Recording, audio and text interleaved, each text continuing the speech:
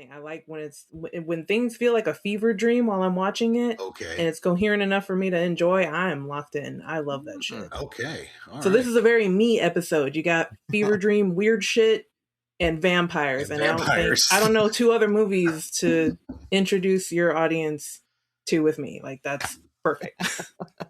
Ladies and gentlemen, Izzy. It's me. Welcome to Season 4 of Talking Pondo. Talking Pondo is a podcast where Cliff and Marty give each other a film to watch and talk about them in detail. Some episodes will include a special guest.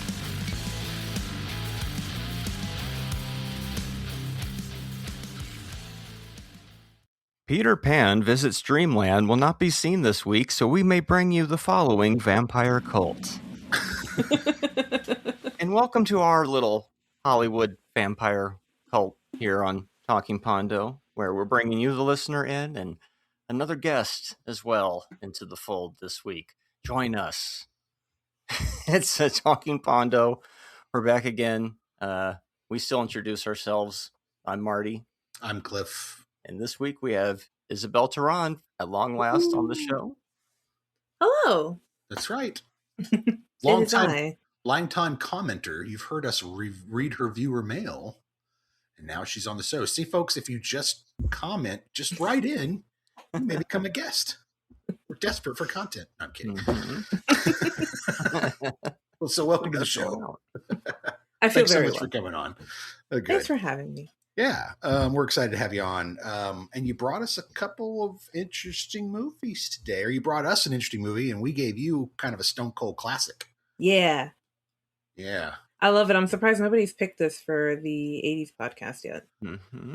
It was out there in the wild for a while. We kind of do it like AV Underground Club. I don't know if you're familiar with that, but like we pick a slate of movies for the season and then kind of start handing them out, right? And so you get kind of dwindling returns to a certain extent, I guess. Yeah, Lost Boys got picked over like 5 or 6 times, and it's like, what? But season 4, people have been grabbing the movies that have been kicking around. It's like, oh, they picked it up. Oh, they grabbed that one. Oh, they grabbed that one. I've been finding that interesting, what people pick when you send them a set list. And I only have 80, so, and I tried my best. Out of my starting list was 250. It was hard. It was very hard to pick up for a first season.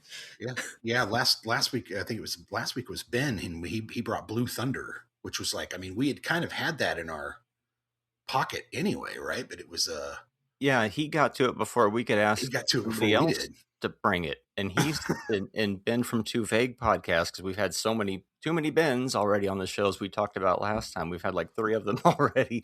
Who picked Vision Quest finally? So it was like, hey. We've asked like 8 people if they wanted to do that movie, and they're like, what is that? And you find the right person who goes, yes, I want to do that. So. Yeah. It turns out, of course, he had some kind of weird sort of personal, his best friend was a wrestler in high school, so he had some sort of weird personal connection to it. I always love that, though. Everybody who picks something, usually they have some kind of connection to it. Well, and the danger that we found is that a lot of people bring on their favorite films to us, and we are not going to pull bunches with your favorite film. And so a lot of times it's like, this is a 2, buddy. I'm sorry, but this is a 2 out of 5. Nostalgia wise, it is a 5 out of 5. You're absolutely correct. But this is the 2 out of 5 anyway. So, and I think Marty even warns him. I think Marty warns him ahead of time. It doesn't have to be your favorite movie. I started putting that in the invite, and it's still like, I don't care what you guys say, 5 stars. And that's like, all right, cool. Okay. We're not trying to take away from it. It's just, but every now and then people bring us movies where we're like, you know what? I'm right there with you. That is amazing. Absolutely. So, been a couple of those. Too. Yeah. And Isabel knows all about that, as she does one of her shows. That's Bodacious Dude, 80 Radical Movies from the 80s, where you've picked 80 movies from the 80s. And not necessarily finding 80 guests, but just getting people to, because geez, that would take a while, but that would take a while to come on and talk about movies from the 80s. So, yeah. And it's been fun, and it's always a learning experience, because I'm kind of, a small child to this world of podcasting. So I'm very much a newbie.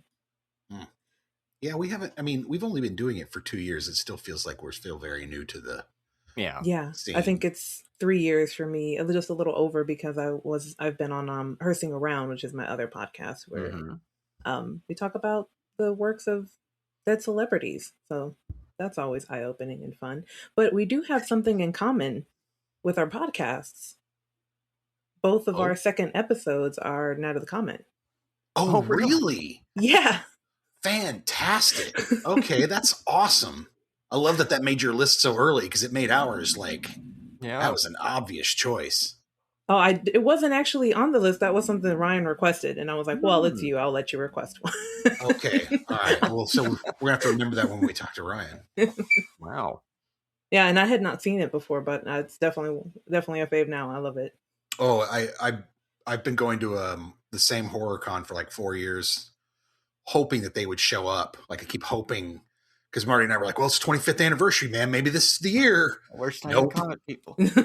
I mean, had some other great guests.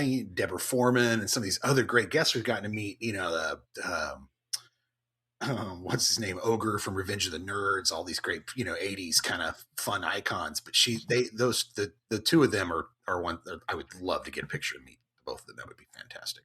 For sure.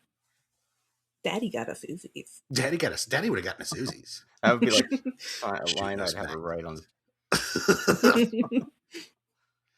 Well, okay, so Lost Boys and Paprika today, huh? Yeah, we have a movie that's almost 40 years old and a movie that's 20 years old. Wow. They're old today. But it's weird because there's parts of them that don't feel like they're that old, right? Mm-hmm. But anyways, which movie would we like to get into first today? We usually let the guest pick, right? Yeah. Oh, I guess we can do Paprika first, because people might be here for Lost Boys, and that would force them to listen about Paprika. That's good podcasting. We appreciate you thinking about the podcast when you make your decisions. You got to get to the end of the episode. Oh, that's great. Okay, so Paprika it is then. This is your brain on anime is the tagline for this on the poster of this movie. Is that what it was about? Is it really? Probably. So what is paprika, Cliff? Is it a spice that I discovered in my can of liquid death the other day? It's actually the dried and crushed skins of a red pepper. If you have a red bell pepper, spicy. So if you want paprika. Anyway, so Paprika, 2006, rated R, 1 hour, 30 minutes. When a machine that allows therapists to enter their patients' dreams is stolen, all hell breaks loose. Only a young female therapist, Paprika, can stop it. Directed by Satoshi Kon, who's, from what I researched, pretty big deal in anime, or at least was until he passed. Stars Megumi Hayashibara, Toru Imori. Let's see here. Get down to your storyline. 3 scientists at the Foundation for Psychiatric Research fail to secure a device they've invented, the DC Mini, which allows people to record and watch their dreams. A thief uses the device to enter people's minds when awake and distract them with their own dreams and those of others. Chaos ensues. The trio, Chiba, Tokita, and Shima, assisted by a police inspector and by a sprite named Paprika, must try to identify the thief as they ward off the thief's attack on their own psyches. Dreams, reality, and the movies merge, while characters question the limits of science and the wisdom of Big Brother. This is your brain on anime. Well, I mean, as far as most of these synopses you read off of IMDb in trying to make this one, that's not a bad job. Yeah, no, solid. Solid. I mean, we've seen some really botched together AI storylines where it was just like, that's not what happened at all. But that one was pretty good. So, I want to start off by saying I have a slight problem with anime, and it is that some of it looks the same. A lot of the it's the base of it. Yes, the base art style looks samey in some movies. I feel like they do a little different on top of it, but it's still kind of there as the it's super creative, like story wise, but the people can sometimes kind of look the same a lot of the times. Like if you watch a Pixar movie, right? Yeah. Each Pixar movie, the characters are very individually distinct, right? And with those anime, are starting to look samey now. They are starting. Yeah, you've gotten through 25 of them, and maybe that's the thing. Maybe Japanese anime has gone so much farther than kind of Disney or Pixar has gone that they've just accepted that here's some base styles that we work in and how characters kind of look. But even from the 70s and the 80s as a kid, this stuff kind of a lot of it anyway looks the same. But getting past that, like right away, I thought my first thought was, so it's Inception as a cartoon, and fucking sure enough, dude. Like, yeah, and I've never watched Inception. However, I've seen this a bunch. Firmly entrenching my belief that Christopher Nolan is a fucking fraud. I'd never liked that guy's movies. He straight lifts this from Paprika. I mean, I think Inception is 2009, 2010. 2000, something like that. I mean, so this is 2 or 3 years earlier. So it's very clear. Now, I'm not saying that, yes, we've had like Dreamscape and what are the others?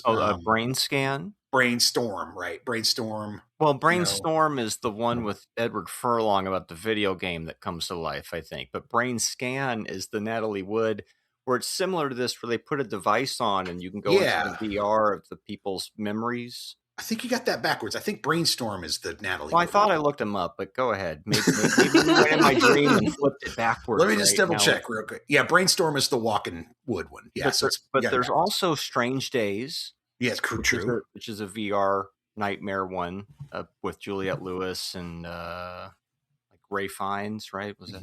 And then also don't forget Videodrome, which you covered on your show about you know melting TVs and guns that stick to your hand, and I still don't know what's going on in that movie. I listened to your whole podcast on it. I've seen the movie many times over the years. I still can't make heads or tails. Me and Maynard just arguing about it basically. That was good. That's the movie that David Lynch wished he'd made. With this one, I mean, Paprika is based off of a novel which was written, earlier, and so it was adapted. So it was even older, and I think they said that when they started working on this and kind of putting it together and working with the author, it was 2003. So, yeah, they were working on it for a while. So this novel's been around since the early 2000s, late 1990s. Then somewhere in there. Yeah, it was 1993. Oh, geez. Okay, so early 1990s. Okay, that's fascinating. Huh. Yeah, I mean, I would be nervous, but the director and the author both play the bartenders who are seen in the bar in the movie, which I think is great. But the director said he was so nervous that the author was there because he just wanted to make sure he did a good job and that he liked, what he was working on, because it was based on his book, but he obviously took liberties with it. So he was just hoping that it was good, but he did. He liked it, so I was excited for him watching the special features. I was like, "Oh, that's awesome!" When that old man jumps out of the window, and tries to kill himself. Yeah, the chief. So you couldn't do that now because they've installed nets over all that shit. There's no way that you could. They're smart. They learn. They empirically inspect and then adapt their behaviors based upon the craziness of their society, right? I was surprised he only came out with a coma and not dead. Same. I thought everybody was dying in this. I'm like, oh, they're still alive. Okay. Some of my favorite dialogue is from that scene right before with that little professor guy. I can't remember his name, but I just call him the chief. He's the chief. He says that discipline calls for a search of the DC Mini rather than Paprika's bikini. And I was like, yes, now we're talking. And then you start to realize, oh, he's fucking something's warping his brain. And then he says they need to fully realize the liver of the triangle rulers. And I was like, I fucking love this dialogue. For crazy person dialogue, this is fantastic. It's such a good crazy person dialogue. I can't remember hardly any of it, but I can't either. I specifically wrote those two. I stopped and backed it up and was like, I got to write that down. I'll never remember it. So it was awesome. That's why I had to go back and watch the first half hour again, because I was like, wait, there's some quotes that were too good that I wanted to get. Of course, don't you think dreams and the internet are similar? They're both areas where the repressed conscious mind vents. Hey, podcasting. Ain't that the fuck? And then what might be my favorite, science is nothing but a piece of trash before a profound dream. Yeah. I think the chairman said that, right? Mm-hmm. Yes, he does. Yeah. Like that guy. So self-righteous. So there's a lot of tropes in this one visually and metaphorically within the dreams. There are a lot of child baby dolls, robots, the animals, the frogs, right? There's all these kind of symbology, right? A lot of symbology, right? And tropes in general. But I was thinking about it as I'm watching. I'm like, I guess that kind of makes sense because we all have kind of the same types of dreams. We don't have the same exact dreams, but we all have dreams about falling, or we all have dreams about, these panic dreams where you wake up naked, or you wake up and you're late for a test, right? So you're rushing around trying to catch the bus, right? They're all about being late, or they're about panic situations. They're all similar in as far as like what your subconscious is trying to expel and deal with while you're sleeping, right? Which is whatever the fuck you dealt with the day before, or that you're worried about that's coming up the day after, right? But it really, like, it kind of hit me. It was like, oh, that makes a lot of fucking sense, that this dream world that they're all sharing kind of has a lot of similarities in it. I found that really kind of compelling and very smart, like for an anime, just, for what I'm watching is basically it's just a cartoon, you know what I mean? Yeah, from what I saw with the author of the book, though, he was really into like the psychoanalysis of the mind and things like that. It makes a lot of sense. So I guess the work that he based it off on the novel. Now I really want to read the novel so that I can see where he was getting all the ideas, because I think like the detective and all of that aspect was something that was brought into play for the movie. Mm-hmm. My favorite line in the film is, implanting dreams into other people's heads is terrorism. And I'm like, you're fucking right, it is. Yes. There is nothing there. In fact, I can't think of a worse form of fucking terrorism. And me infecting you with my dreams. Like, I can't think of it, especially if they're nightmares. Like, I can't imagine. I don't want your fucking dreams in my head. Keep that shit to yourself. Yeah, with all of this AI talk, they were saying, "Oh, we'll start advertising in your dreams," and I'm just like, "Fuck that!" You go to hell. You go right to hell and you die. No, absolutely not. Go fuck yourself with that. Mm-hmm. Yeah, definitely. Yeah, I love this movie's wild creativity. Like, I loved its wild. Like, and of course, he smartly sets up this dream world where you can have this wild, it's really smart the way he tells the story and they go about it, because you get in these dream worlds and now you can have this crazy stuff, and these great visuals and all the symbolism going on. And a lot of it I'm not always familiar of. Like, I know that they have like the Monkey King where Paprika is like flying on like the little cloud, and that's something from their history and legends that I'm not absolutely knowledgeable, but I've seen like mini shows of it a little bit, but not enough to really know about it. That reminds me of Withnull and I. We watched Withnull and I a couple of weeks ago, and I remember telling Marty, I'm like, I kind of lament not being British. Yeah, because I feel like there's so many British subtleties in this movie that I'm not getting. I'm not picking up on. Like you just said, I don't know that there's a symbolism in her riding on this cloud. I have no idea. But if I'm a kid in Japan and I'm watching this, then I'm like, oh, they're referencing that. That's cool. Right. It's meta. I'm lost on me. I mean, it's cool to see. Instead, I'm over here just thinking Freddy Krueger's around the corner. It's like these dreams, and it's like, oh, did I wear this shirt on purpose? Maybe where the dream was. Sorry. Solving the mystery of why you killed yourself is a very cool concept. Like, I really think that's a cool fucking concept. Like, oh, he killed himself, and he's solving his own mystery of why he killed himself. I don't know. I think Lindsay Lohan movie. I Know Who Killed Me. Well, I'm making a dumb joke. It's possible. Yeah, I mean, and I love how they're like, well, we're going to go into your dreams so we can do. It's like a form of therapy. Mm-hmm. Like, oh, it was interesting that you had that dream. Maybe this is why, you were thinking it that way. And him basically saying, I don't want anything to do with movies, yet his dreams are basically nothing but little tiny movies, vignettes all strung together. I just loved it. Yeah. No, I'm right there with you. I'm right there with you on that. Yeah, and I first saw this when I was like 18. Like a boyfriend I had at the time was just like, hey, this is a trippy movie, and it had only been out for a couple of years, not to make your back hurt or anything. So ow.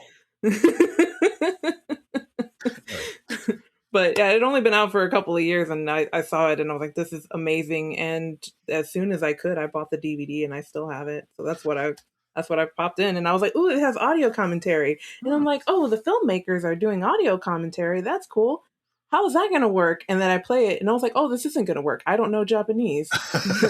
No Nintendo japonesa. No, I don't know what they're saying. I can't listen to this commentary." Oh, that's great. When Paprika is running from the chairman, you know that scene where she's running, she's changing forms as she's running from the chairman's chasing her, and she's bird, and she's this, and she's that. Yeah, and she goes into like the Sphinx and everything. Yes. It reminds me of, did you ever see The Sword in the Stone by Disney?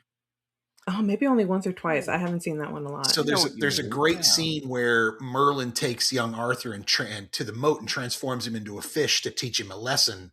And they're both fish, but they end up getting hunted by other things, and they're changing forms. He's changing into this, and he's changing into that, and it was really cool. And I was like, oh, I wonder if he kind of little homage to Disney, because I know that these animators, they pass these homages back and forth like musicians do in their songs, right? And I kind of wondered if that was kind of an homage, because it just felt very Merlin and Arthur as fish, and then in that whole scene. So worth a look if you haven't seen that. That's a good point. Yeah, because it's definitely probably not Willow, right? Where they're transferring. Possible, I guess. Everybody likes to talk smack about Willow, so I'm always trying to throw it into conversations. I can't stand that fucking movie. So yeah, I haven't seen that movie in so long, specifically because it was so bad the last time I saw it. You can't do it. That's okay. I love it. I thought Willow was inspired by The Sword in the Stone too, probably. Probably. Honestly, it was. It's time for a rewatch. I remember I was talking to somebody online the other day, and they were going off about some movie that I was like, "You like that piece of shit? I haven't seen that in 30 years. I guess it's time for a rewatch so I can." I'm like that. I watched say it's still terrible. Sucker Punch when I was 17, and I've never watched it since. Ooh. I ran that in my movie theater when I ran a movie theater, and I got so excited. Movie. I was like, "This is a dude who did 300," and I watched this like, "This is the most misogynist piece of shit I've seen in." Oh, okay, cool. Holy shit. My friend was like, "You should like this movie." And I was like, "Well, I don't. So never watch this with me again." Our movie next week is... Well, and I don't remember anything from it. I just remember it being about trapped girls who are being, kept for gross men, and they're escaping by having these visions and these dreams of freedom and fighting and whatever. And I just remember thinking, who the fuck wants to tell this story? What a fucking plot idea for Paprika sequel. Like and subscribe.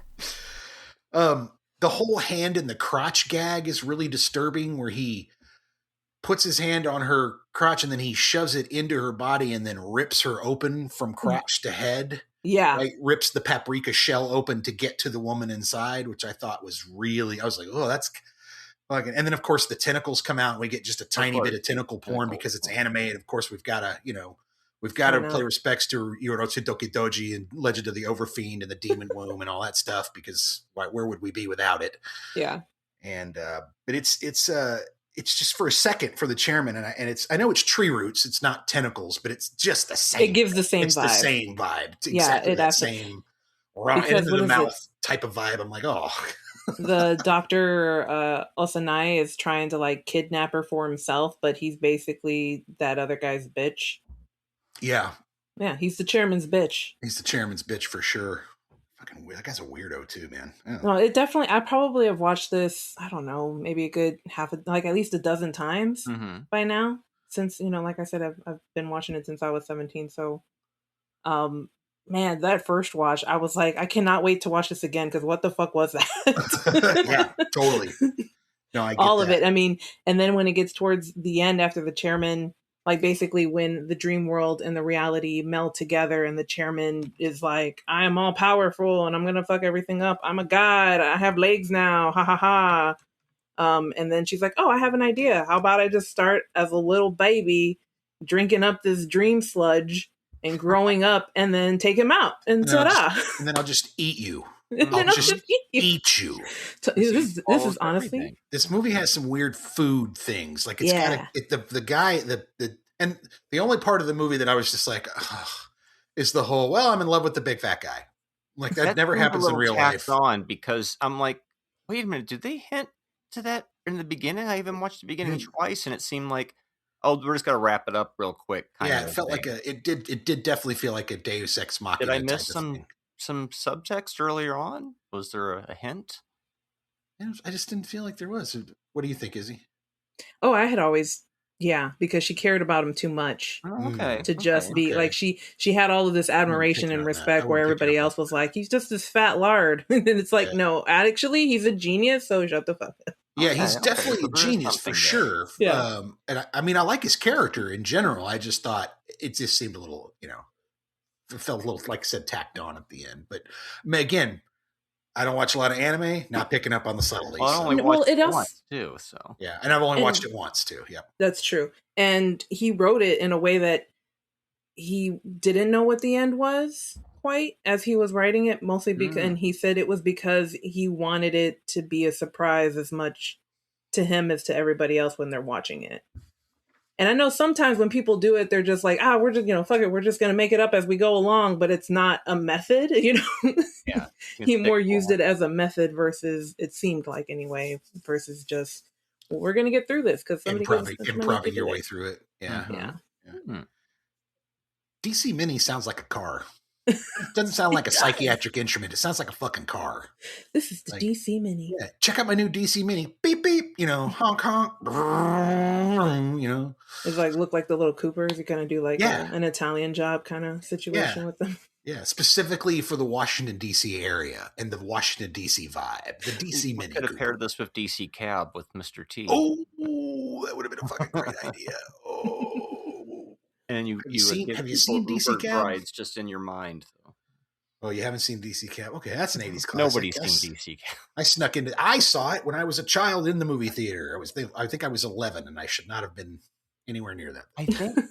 Correct me if I'm wrong. Is the director of DC Cab the director of The Lost Boys? I believe that is correct, sir. That's Joel Schumacher. You're going down that rabbit hole again. That's creepy, man. See, it's all connected, right? Jolie Shoe. Yeah. St. Elmo's Fire and DC Cab. St. Elmo's Fire? Well, Schumacher was all over the place. Same with the Batman nipples later on, too, with his Batman. That's right. He did Batman nipples. This guy. Fucking menace. Absolute menace. Joel Schumacher, you cocained up menace. That's the next movie, though. But do you have any more thoughts on Paprika? I mean, I know I have tons of thoughts, but I'm still trying to gather them all. I'm sure 2 weeks from now, I could do a whole other episode on it. I mean, I enjoyed it. Anime's not my go-to, right?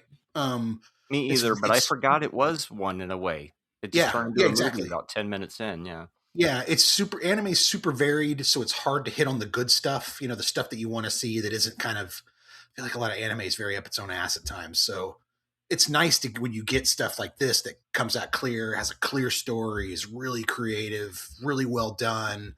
You could tell it's well written. The dialogue, again, that funky fucking dialogue was awesome. I was just like, I'm in. As soon as he started talking like a maniac, I was sold. Even somehow the nonsense is absolutely that's sophisticated. Like, it's supposed to be nonsense, and it's still so good. Mm-hmm. Yeah, like I don't know, fantastic. I enjoyed it all the way through. I thought it was super creative. It kept moving. Yeah, I turned into a frog and joined the parade. Give me a trumpet. Let's go already.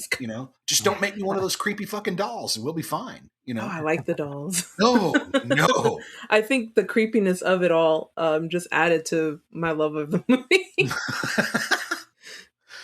Are you a fan of Nightmare Before Christmas? Oh. I am. Okay, there you go. Super. That's the aesthetic. Okay, that makes sense. But no, I mean, I don't have anything other to say other than I enjoyed the watch. I'm glad she brought it on. Again, I wouldn't have seen it because I just don't go to anime as a go-to. So and I don't ever get to talk about this movie really. And it's just I don't watch a lot of anime, but the ones that I do love, this has been one that I've kept with me because it's just so good. I mean, obviously I can see why. Like Spirited Away, I think was another one that I watched when I was really young, but that was more of a family-friendly kid movie. Whereas this one, I was like, I didn't know anime could be so like wild, It definitely left an impression on me. And I've always been one for dreams. Like, I know there's some people who just, they don't give a fuck about your dreams. They don't want to hear you talk about your dreams. That's weird. Like, not like aspiration dreams, but, you know, nobody cares if you were on a never-ending escalator ride or something and you were trapped. Like, I've always been fascinated by that shit. Like lucid dreaming, I find fascinating. The ability to be awake in your dreams and to control them is a fascinating thought to me. I've never been able to. Every now and then in my life, I've realized I've been in a dream, but I've usually at that point woken up, right? But apparently, for lucid dreamers, you can literally wake up in your dream and then be in your dream as a woke person. Yeah, choose to do amazing, things, right? Like, and movies in general that kind of mess with dreams and the dreaming state have always kind of been cool to be. Like, again, we talked about Dreamscape and Brainstorm and these type of movies. I think they're dope. Like, I love that stuff. And then there's like a whole other sub genre of it where it's things like Donnie Darko or Jacob's Ladder, where it's not so much dreams, but time and space is all mushed up. And I guess the king of that's probably like a Mulholland Drive or something, where it's like, what? It's my dream. Well, it's your dream. It doesn't make sense. Videodrome. Oh, Videodrome, full circle again. But those are neat movies. But I feel like Freddy is around the corner, and every single one of them ready to slash people. It's that dream demon. Nobody's ever topped that type of thing in the dream. It's like, even in the Paprika, there was elements of it where you got to wake her up, because if she dies in the dream, she dies in real life. But doesn't that happen in the Dreamscape as well? When you're in there with Dennis Quaid, you could die as well. So. Spoiler.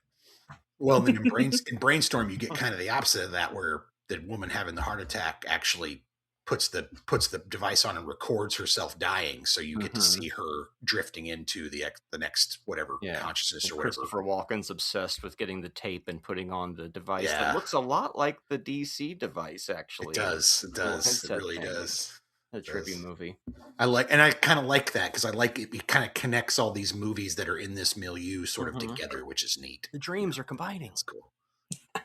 Yeah, like there's that scene where they're in the car and the chief, or I guess Dr. Chiba, who is basically Paprika, is telling the chief how, you know, all of these little tiny dreams are basically connecting into one giant dream, and while they're doing that, like the raindrops with the animation are all coming together and forming little tiny things like that. Even in the very beginning, when Paprika is like, two guys walk up to her while she's just minding her own fucking business, because of course they do. And like they're obviously trying to hit on her. And although like her actual face seems like she's, you know, smiling and being polite to them, there's all these different mirrors showing all of these like different levels of disgust and indifference and everything. There's so many little tiny things in this movie with the scene changes that are just so awesome, and I just love it. I like how they talk to her, the Paprika persona. In the dream sequences, they talk to her like she's a superhero, or like she's some sort of like special entity. Like, oh my God, Paprika is here, and you're just like, oh, here we go, you know. And like the only thing missing is like a fucking theme song for her entrance type of thing. You know what I mean? Like, I imagine if it was just made now, there would be some sort of big, you know, One Piece fucking entry theme song. Yeah, definitely some kind of awesome needle drop. Exactly. Yeah, exactly. It reminded me of people like that back in the day. We'd call them Fry Lords, because she could take all the drugs in the world, doesn't affect her. Things that get so weird, but she's the one who it's like, whatever. I am solid. You all, she's running ground control for all of you. I am Neo. You know. Yes. I give it 3 stars, 3 out of 5. Yeah, I think it's solid. I'd definitely watch it again. I will watch it again. I reserve the right during our season review to maybe go a little higher on it. I'm still chewing on it. Which is usually the sign of a good movie is when you continue to think about it, right? So yeah, I'm gonna go 3. Yeah, I'm gonna do a 3 as well. Right there with you on that. Yeah.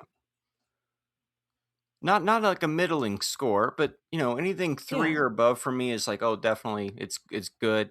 Yeah, rewatchable. It's well made. The 2s are where you start to go into the 2.5s and the 2s. Yeah. This was interesting. This, you know, I don't give out a lot of 4s or 4.5s or 5s. Yeah, we reserve the high end for the really high art animal and shit. What do you give it? I'm assuming 5. Oh, definitely like a 4.5. I guess, yeah, more 5. Okay. It's definitely one of, like I said, my favorite animes. Even though I'm not huge anime, I am a huge dream nerd and also surrealist kind of movies, which I think we did mention the like Forbidden Zone kind of thing. I like when things feel like a fever dream while I'm watching it. Okay. And it's coherent enough for me to enjoy. I am locked in. I love that shit. Okay. All so right. This is a very me episode. You got fever dream, weird shit, and vampires. And I don't know 2 other movies to introduce your audience to with me. Like, that's perfect. Ladies and gentlemen, Izzy. It's me. You didn't see her. She put the hands under her chin. It was very... And everything. Okay, so that wraps up Paprika. That was good. Thanks for bringing that on. Again, I don't watch much anime anymore, so because it's just there's so much of it. It's hard to figure out what the good stuff is and what isn't. Well, that's with a lot of genres, right? You got to pick through them. Yeah, you got to pick through them. That's true. And I can't see this being a live action. This is the only way to do it. You know? Well, no, you can't see it. It's called Christopher Nolan's thieving ass doing Inception. There's and I refuse to watch that because when someone mentioned it, I was like, that just sounds like Paprika, and they're like, actually, Paprika sounds like Inception, and I was like, no, it's the other way around. It's the other way around. Inception sounded like Paprika, yeah. And I just never bothered because I was like, why Paprika exists? I mean, it's different. I mean, it's a story. It's a different story, but it's the same elements and it's the same milieu. And you watching that would probably piss you off because you'd be like, oh my God, dude. I could be watching Paprika right now. What else did you fucking lift from this? Fucking thief. So what you're saying is Paprika is the real one and the doctor is basically Inception. She's like, did you ever think that maybe I'm the real one and you're the fake one? There you go. So. Which brings us to The Lost Boys. You know, what a really good title. The Boys That Are Lost. I was thinking about because, they're the Peter Pan, they're the kids that never grow up. And we've never really put Peter Pan into a vampire story before this, right? That I can think of. And there's even like a 10-year-old kid in this who's a vampire. That's true. So he's that's not creepy at all. He isn't all the way there yet, but it's Anne Rice, right? We'll talk about it here in a second. What is the Lost Boys? Lost Boys, 1987, rated R, 1 hour and 37 minutes. When a recently divorced mother and her 2 teenage boys move to a coastal town to stay with her father, their grandfather, it doesn't take long for the brothers to realize the area is a haven for something much more sinister than party-going surfers. Now, this is directed by Joel the Cocaine Nose Schumacher, written by 3 different writers on this film. That makes sense. Jan Fisher, James Jeremias, and Jeffrey Boehm. Stars Jason Patrick, Corey Haim, Diane West, with another special appearance by the other Corey. Let's see. Storyline. A mother and her 2 sons move to a small town in California. The town is plagued by bikers and mysterious deaths. The young boys make friends with 2 other boys who claim to be vampire hunters, while the older boy is drawn into the gang of bikers by a beautiful girl. The older boy starts sleeping days and staying out all night, while the younger boy starts getting into trouble because of his friend's obsession. So it's just an allegory for drug use in the 80s, right? You're staying out all night with those bad kids and you're getting into habits and you're becoming a creature of the night. You're a coke fiend. Hey, it's the Joel Schumacher story. I know, that's just, maybe it's more satirical on that. Yeah, no, I don't have anything to say back to that, honestly. Okay. So 1987. Okay, so I've talked about that time period before. We get the With Mel and I in 87. But then we also, I say 87 to 94 is kind of like an era in film and pop culture.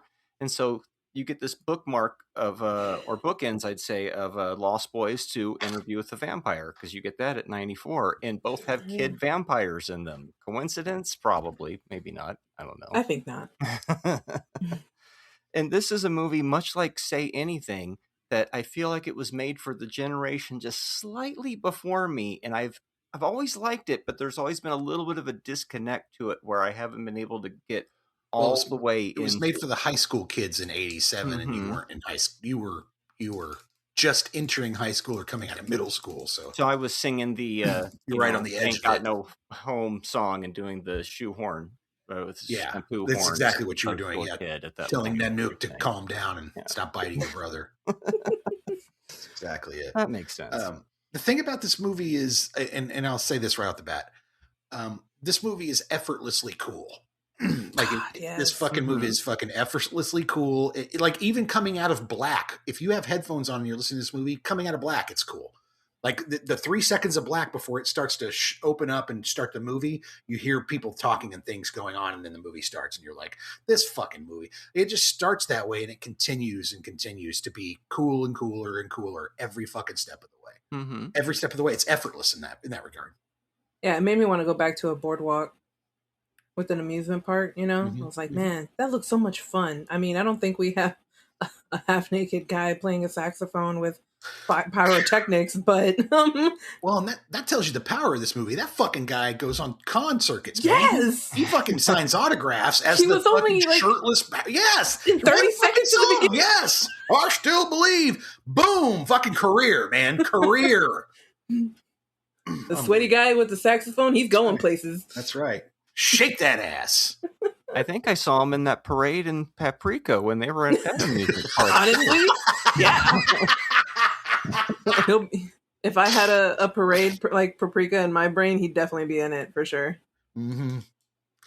It takes a while for me to get used to Bill S. Preston Esquire being a vampire in this movie. That's a bit weird, but it's before fine Bill and Ted too. It is, but it's just Bill and Ted. It's just that is Bill S. Preston Esquire. I'm sorry. He's so young. Every time I watch this movie, I kind of have to go, okay, keep expecting you and go, whoa. But this is definitely a horror movie. It falls solidly in the lines of horror, even if it is kind of PG-13-ish type of horror. It's a vampire flick. It follows all the rules. The only rule that I was a little unaware of, I think I have it later on, is there's a rule I'm not super familiar with that they quote. Where is it? Anyway, I'll find it. But yeah, it definitely does follow that sort of horror vampire trope, which is good. Yeah, it's like we watched Sinners a few weeks back, and that's like more of a serious, dramatic vampire movie, which is good. Right. Here you have like a cool, fun, more of an action movie. This is like, yes. And these are the more that I lean towards. I enjoy them both, but I prefer my horror movies to be a little more action-y, kind of fun. This is like a near dark. There's room for dour though, experience. So. Yeah, much more of a near dark type of experience. But see, I thought Sinners reminded me of Near Dark as well. So maybe let's see. Near Dark came out the same time as Lost Boys, so it's interesting you bring that up. Well, I think you got overshadowed a little. Mentioned that smoking, that vampire smoking. They burn up and they smoke in the sun. Yeah, they don't twinkle in or sparkle in the sun. They smoke. Fucking muscled up sax guy, and he still believes. And then we get Jamie Gertz. She owns a fucking baseball team now. She's giving everybody the finger, sitting on a pile of money. One of the richest people. Period. Yeah. She was. Her husband she married well. Let's put it that way. And she still acts occasionally. Both her and Jason Patrick were on Entourage, so I thought that was fun. You get your little Lost Boys connection there. Well, when you're rich, you can dabble in things, right? I think she's more of a philanthropist too. I don't think she's like one of these. Good for her. Rich, horrible people. I feel like the characters the Coreys are portraying in this movie were very kind of like ended up being very close to real life, where you had the Corey Haim, who was kind of just a normal kid with a dog and a mom, and then you had Corey Feldman, who was fucking complete weirdo, who hunts vampires and owns a comic book store and has genuinely believed they were tough. They did. They really, until they stabbed that one vampire and exploded on them. They were just like, oh God! It's one of the best fucking scenes in the movie, man. It really is. So great. It's so great. And then when they're outside, no, it's because they basically put a spell on us. It wasn't our fault. They started talking. Yeah. Jesus, and they got Kiefer they drag Kiefer into the sunlight. Oh, it's so fucking good. See, you remind me of an issue with the sequels is they're not fun. They don't have that spark of that energy. They take themselves a little more seriously, the direct-to-video sequels. Yeah, this I've never even seen them. This has such a I haven't either. Yeah. This has such a laid back kind of vibe, like a cool laid back. Like it's not scary. It's a horror movie, but it's not really scary. There's tense moments. It's thrilling. It's a roller coaster ride. Yeah. And it's a roller coaster, but it's not truly horrifying. It's not scary. It's not something that's going to give you nightmares. In fact, it's something where you're going to wake up going, "Oh, Kiefer," that type of thing. "Oh, Jamie." I think it was like on TNT all the time. Maybe. Mm-hmm.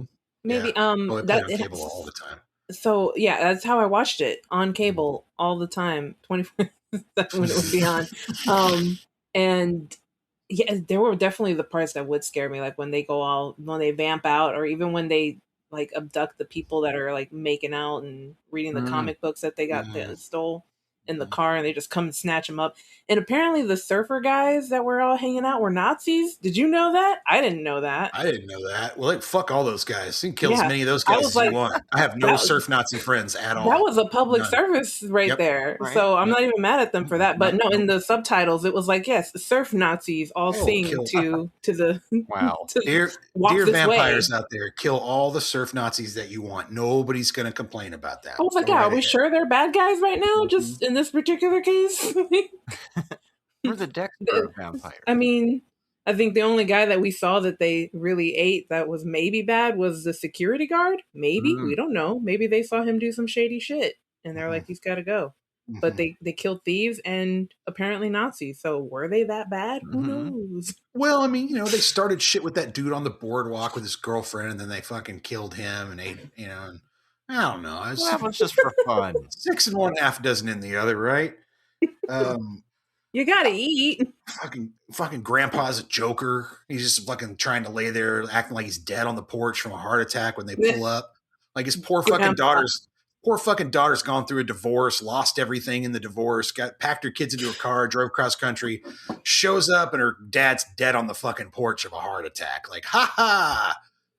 Is this just macking me with vampires? Is that what you're saying? He's playing dead so the vampires would leave him alone. That's how old are the fucking Frog Brothers supposed to be? I don't know. Because they look like they're 30. Right. Like they look like they're 30 years old. They're 12 though. And they're already working are they working at the comic shop, or do they just hang out there? They run it's their parents. It's their hippie parents behind them own it, and they run it because their hippie parents are all stoned behind him. Because there's one point where they're on the phone talking to him, and their hippie parents are behind him all fucking. I feel that. And then the vampires run the video store. So are they trying to tell us something? Is there symbology? Yeah, you guys stick to your comic books. Stick to the comic books. No. Movie people are vampires. I like how we're not shown who the killer actually, like, we don't know who the vampires actually are for a while. We know, we're pretty sure it's Kiefer Sutherland and the kid and the group, but we're not truly shown anybody getting killed. We don't know who's doing these murders. We don't know who kills the security guard, the couple making out. We don't know any of that stuff. And then, until we finally get the good reveal, which is, I think, the better way to tell the story, right? If we know it's Kiefer right from the beginning, I think it betrays a bit of what they're trying to do. Your build-up is gone. Yeah. Yeah.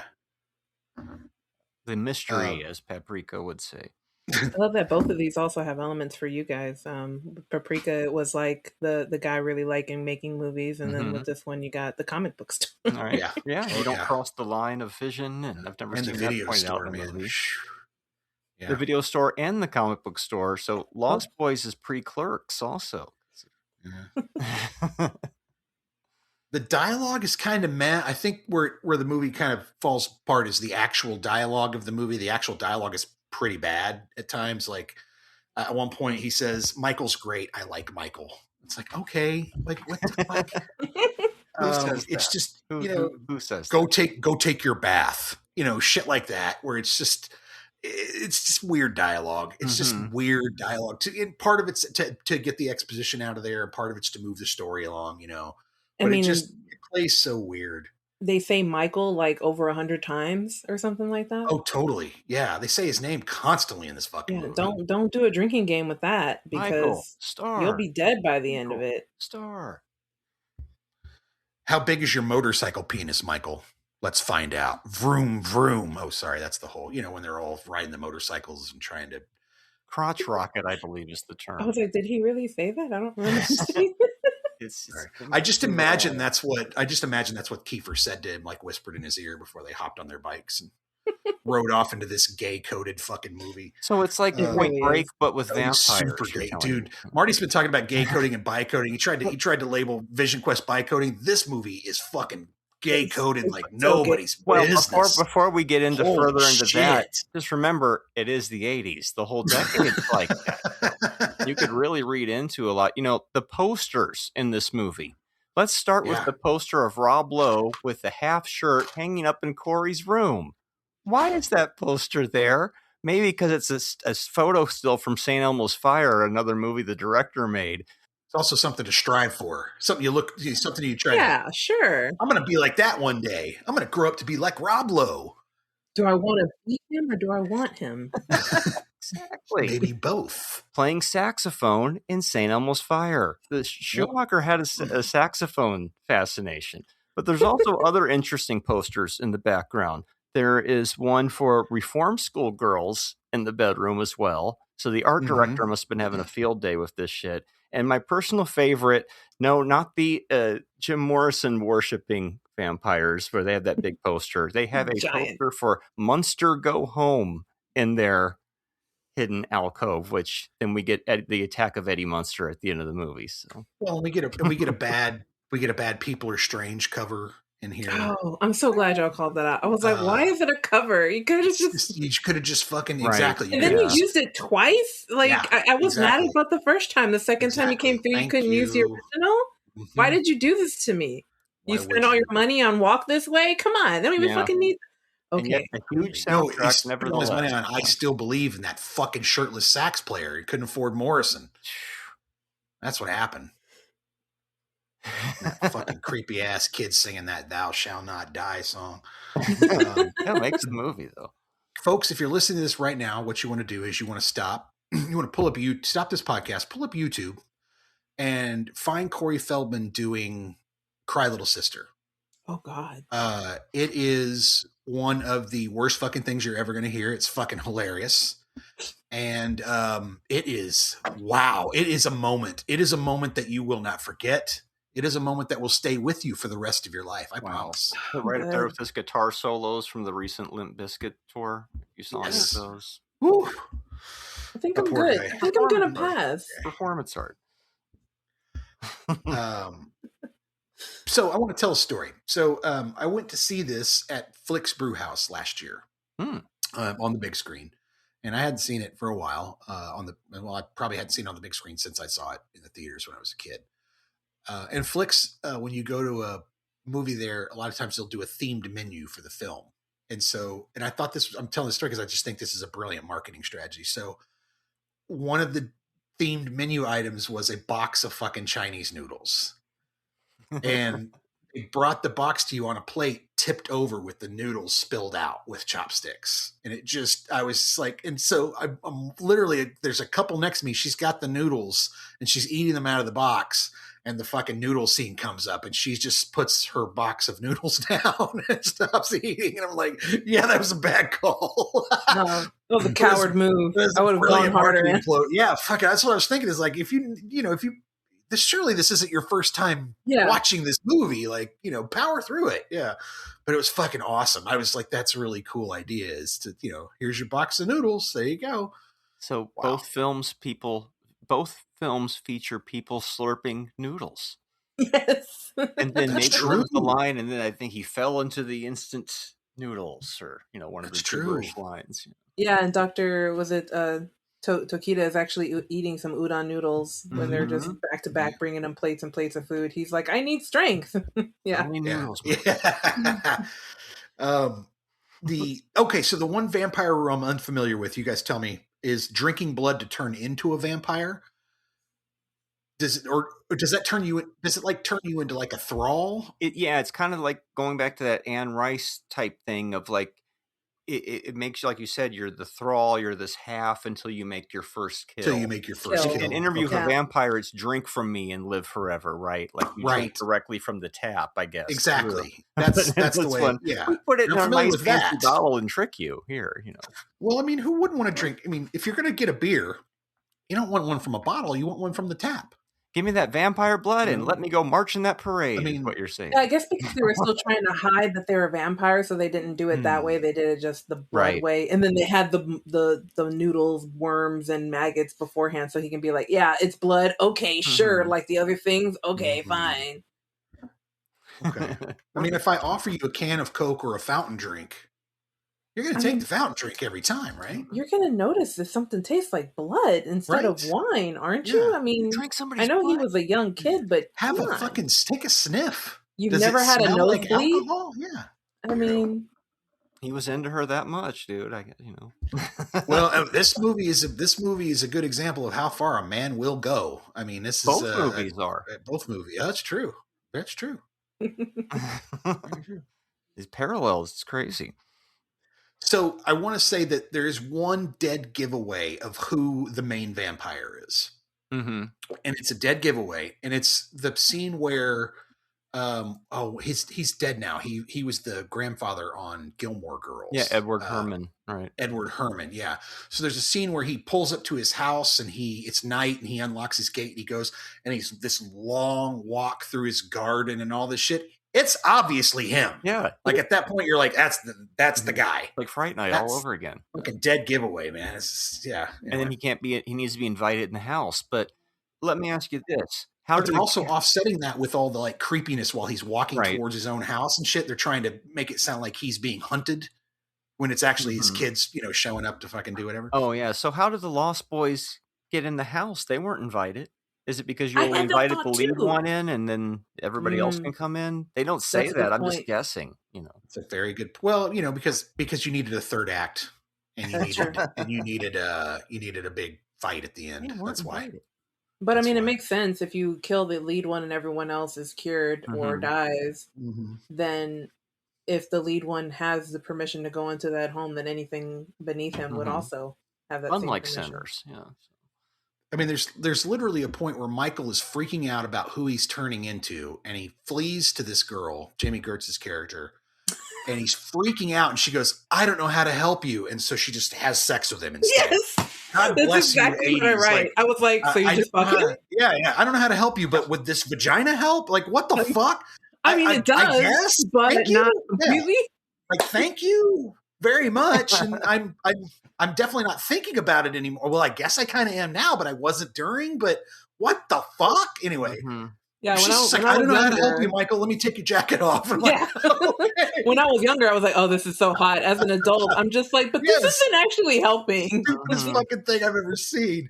But yes, like when you're 15, you're like, yeah, that's exactly, yeah, it's amazing. Yeah, in the middle of all this danger, you got to stop and have sex, right? Like you got to. Yeah, her character doesn't have a whole lot of agency, but to be fair, most of the people don't. No, it's not that type of movie. It's about. It's not an agency type of movie. You're a pawn, and your laddie has even less personalities. Yeah, you're a piece on a chessboard being moved around. Yeah, laddie's fucking laddie. That's just weird to put that kid in that movie. Laddie. I thought his name was Lonnie, and I was like, his name's Laddie? Because he's a little lad. He's a little lad. He's a little lad who loves berries and cream, I guess. I don't know. Yeah, how old is this kid? How long has he been a half vampire? Well, he's on the milk carton. Yeah, he's on the... So, I mean, do people know what that is anymore? Do people know that was a thing? He looks like one of the Lost Boys with the jacket on. Hey. But yeah, milk carton kids. Who knows what that is anymore, right? Yeah. Kids on their BMX bikes riding around, solving problems and in trouble. Now that's the fucking 80s for you. That's not like Stranger Things right there. It's fucking every goddamn 12-year-old movie from the 80s. They always get on their bikes. The Goonies. Pick one. They all fucking romping on their bikes, running around like crazy kids. That was our car. What do you expect from us? Yep. Yeah, the Coreys didn't have a license yet, as you could tell, because he didn't know how to drive. Because it doesn't mean warp speed, right? But later we go to license to drive. Yes, we do. Coreys, because this is like the height of the two Coreys. Even though it's kind of the beginning of it, it's still the height of it. And then having Alex Winter in there, you get that little almost Keanu thread from the Bill and Ted, and then you have my ex-wife's obsessions. So I had to sit through every two Corey movie in existence. And this is definitely one of the better ones. And all the solo movies too. I was about to ask you, and it was one of my notes here, is how many actual good movies did the Coreys make? Oh, this one we know they made a few. This one in License to Drive. Not bad. No, it is not that good. Well, and when you License to Drive isn't really that good. They did. When you compare it to Lost Boys, License to Drive is pretty crappy. Well, yeah, but you asked which the good ones were, and there's got to be something to rise to the top. You know, I've never even heard of License to Drive. Well, that's another fun 80s one for you there, where Corey Haim has to get a driver's license so he can go on a date. And Corey Feldman is there for some reason or another, because he always was. Sam Kinison around the corner with the Coke, I'm sure. You know, we have too many weird stories about Corey Haim and how the Kevin Bacon game of life swirled around. I remember one day coming home from work 30 some years ago and driving past a local laundromat, and there was Corey Haim shooting Fast Getaway 2 at this laundromat I used to frequent, because he shot that here in Tucson, which is kind of fun to watch that movie to see all the different places here and how they don't really match up that way. But the really weird one is an obscure movie called Trade In, about a used car lot. You'll never be able to find a copy of this movie. It was made here in Tucson about the same time that we were making one of our early movies called Comic Book Diaries that we don't like to talk about because, hey, you got to start somewhere. It's not that great. But the funny thing is there's people in our movie that are in the Trade-In movie. And then there's people from Writing Frenzy who are in Trade-In. There's people from Revenge of Zoe who are in Trade-In. There's people from Love Song of William H. Shaw who are in Trade-In. And Cliff, you remember that short called Bequest that I edited about the guy who finds the old gun? He's in the damn Trade-In movie. So it was like everybody's in it. Oh, and our grip Al is in the Trade-In movie. You remember Al from Revenge of Zoe? He's in the damn movie again. I almost want to watch it a second time. But that's when Corey Haim lived here shortly in like 2005. He was dating the the Scream Queen Tiffany Shepis at the time. And then he passed away shortly thereafter. He only made like a couple more movies. It wasn't the greatest time period in his life around then, but every time I see Corey pop up in something, it's just so weird how it was like almost met him, but never quite did. He was always right around the corner. And Corey Feldman is exactly 364 days older than me, which I've always thought was weird. Has nothing to do with the movie, but just, it's a podcast. Sometimes you want to fill a couple minutes. That first vampire kill is hilarious. That first stake through the heart and the explosion and the kid's freaking out. Oh, yeah. There's a moment as they drag Kiefer into the sunlight and he's screaming at he's screaming at the kids and he says, "You're dead meat." And I feel like he's channeling his character Ace from Stand By Me. Yeah, because it's the exact same fucking delivery where it's just like, oh, dude, there's just the same character with vampire makeup on. I had actually just seen that movie earlier. That's so funny. Was that this year? That when Robert had passed away? Was that my time frame? Oh yeah, Rob Reiner. Yeah, that was. Was it the end of the year or was it the beginning? No, it was the beginning of this year. Okay, so then it was at the beginning of this year that I watched it. Because I had never seen that one, and wow, that one. It's good, but I was also like, I'm sad, so and Feldman again, yeah. And so, the last thing I guess I'll say is I think that this is when you really want to start poking at like gay coded movies, this is what you're talking about. I feel like Vision Quest is exonerated from its possible bi-coded just by the fact that this movie is so gay coded that there couldn't be another movie as gay coded as this movie is. It's amazing. This crawls so Point Break can run. For sure, dude. That's no kidding. One of my another favorite line is "Great, the blood-sucking Brady Bunch." Yes, that was also one. I also love how they steal Grandpa's car to go to town, and what's Grandpa doing? Oh, he's just fucking putting some 8-foot fucking stakes in the ground. These sharp ass fucking stakes. Those are going to come into play soon, because he's Deus Ex Grandpa as he comes in at the last moment to drive his truck and run the stakes through the main vampire's heart. I love Grandpa. Yeah.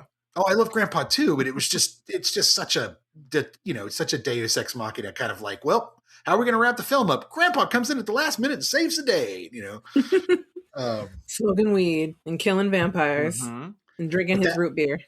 But that last line from Grandpa, and when he closes that fridge door on him and the fucking light goes, that is a great last moment of the film. Like, it's fucking perfect. It's so funny too, because their face is like, are you fucking kidding? Just disbelieve. What do you mean it's a fucking vampire town? Yeah, like the meme of the Miss Doubtfire meme. It's like the whole time, whole time, like you knew the whole time. And if you watch him, you see that he knows. He knows. Oh yeah, he knows. Yeah, and he's watching them, trying to figure out if they're gonna A, figure it out, and B, if they're gonna have enough wits to survive. Right? He's aware of what's going on for sure. Yeah. And all his weird little taxidermy animals as he's always giving Sam and everything. I love that with the beaver and everything. Even like the kills with them landing on the horns and like the light. And of course, we don't like the song, but it was still pretty like a really epic ass death for the white light to be shining on him. Yeah, I couldn't imagine something else there. Yeah. It's such a good part. I mean, he almost the lead, was it Max? Yeah, he almost seemed a little sad that his kids were all dead. Yeah, he did, didn't he? I was just trying to find a mom. Poor Ed Herman. I wish. It's a damn shame he didn't make it to the Gilmore Girls reunion. He was sorely missed in that. Anyway, what do you give this one?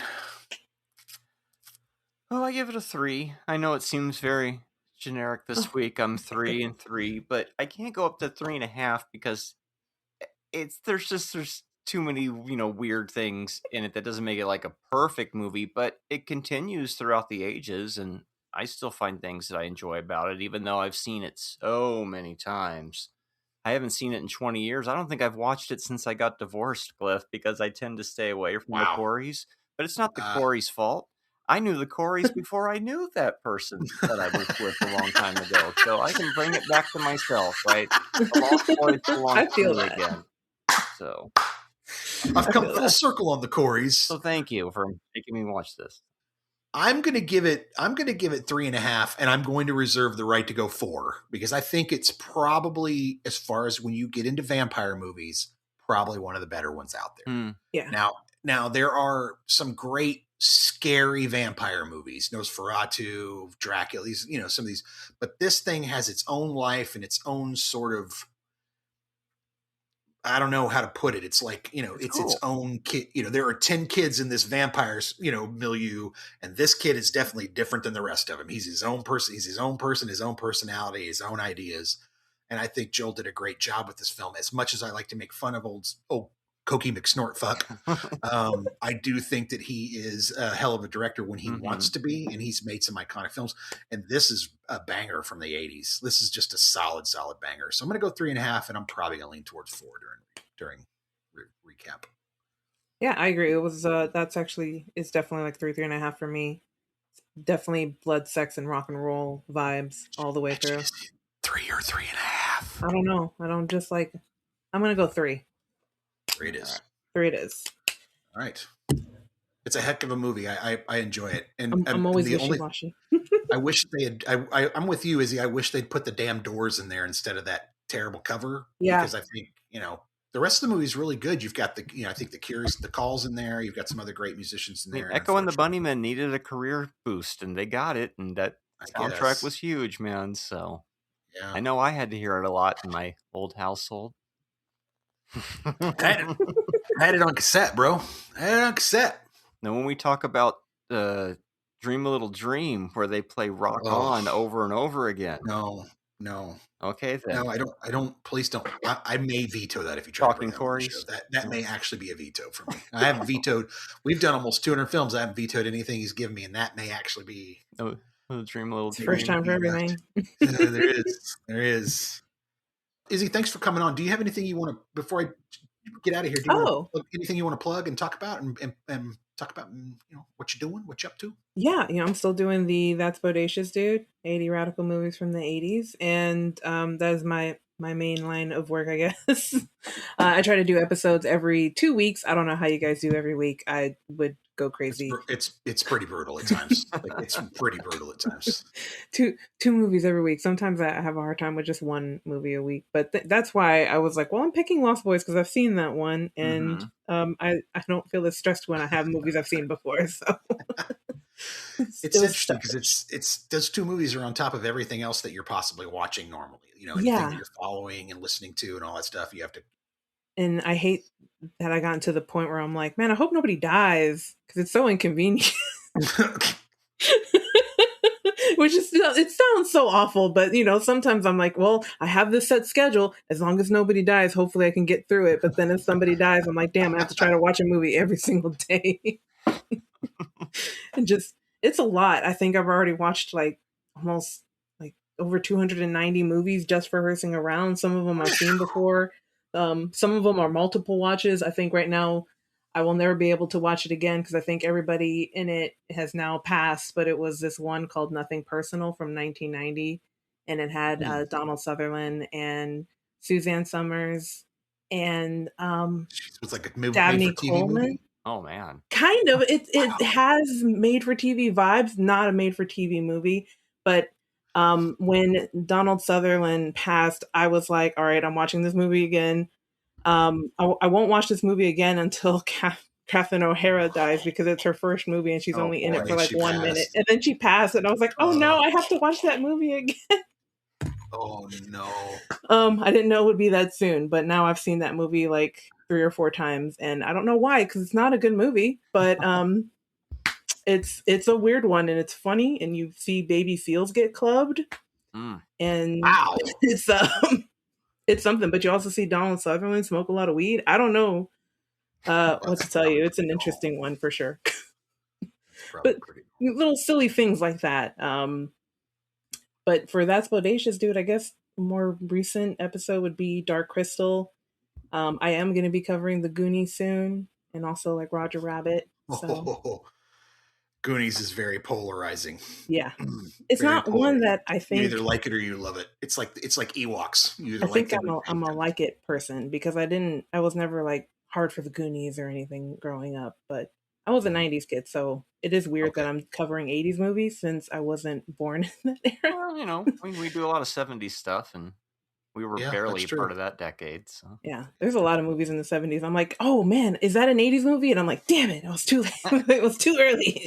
I start another pod now. Seriously. Yeah, but that's what I'm doing. You can find that over at rabbitholepodcast.com, along with a whole bunch of other ones. So you can find Horsing Around and That's Audacious Dude all in that same one. And I'm always hopping around different shows over there too sometimes, especially Play MST for me, which I joke I'm like a side co-host on that one just because I've come on so many times. Nice. Well, get out there and give her a listen, folks. She's got some good stuff. Some good podcasts. I've enjoyed the 80s one I've listened to the most. Yeah. Mm-hmm. I appreciate that. It gets a little crazy over at Horsing Around. We talk about wieners for some reason sometimes. It just gets weird. I mean, I talked about motorcycle penises, so it happens. It happens. It does happen. We just did Talking Matthau. I've become more and more convinced as I get older that Walter Matthau is probably a highly underrated actor, and so we've started doing his films.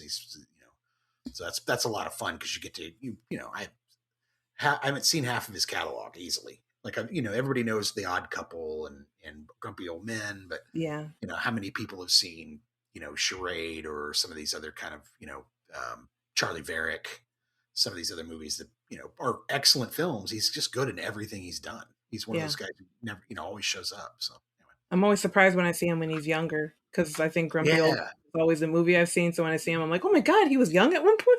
Yeah, and he's a charming fucker too. Yeah, he is. He's a super charming dude. Like in the 60s and 70s, that guy he's the Mac, man. Like that guy is a cool dude. At one point, I read that he had such a bad gambling habit that he was into the mob for $100,000 and ended up he had to go he guaranteed them. He's like, I'm going to go make a movie. I promise. And he ended up going to making this fucking movie just to pay the mob off. That's how deep in debt he was. That's wild. Yeah. Anyway.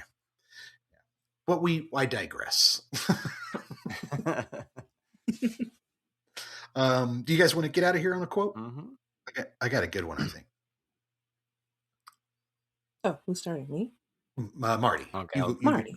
Yeah. If we're in your way, we can go in the kitchen and eat some peanut butter out of a jar.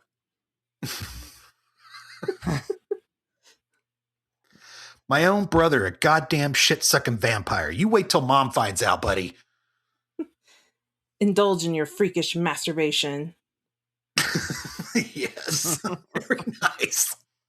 Izzy, thank you so much for coming on the show. It was a blast. Thank you for having me. It was a lot of fun. We'll have to have you on again. Marty, we usually revolve through our guests, so I feel that. probably another next season or something. We'll probably hit you up again, have you back on.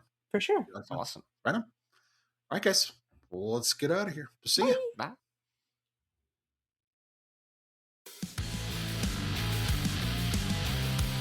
Don't miss an episode.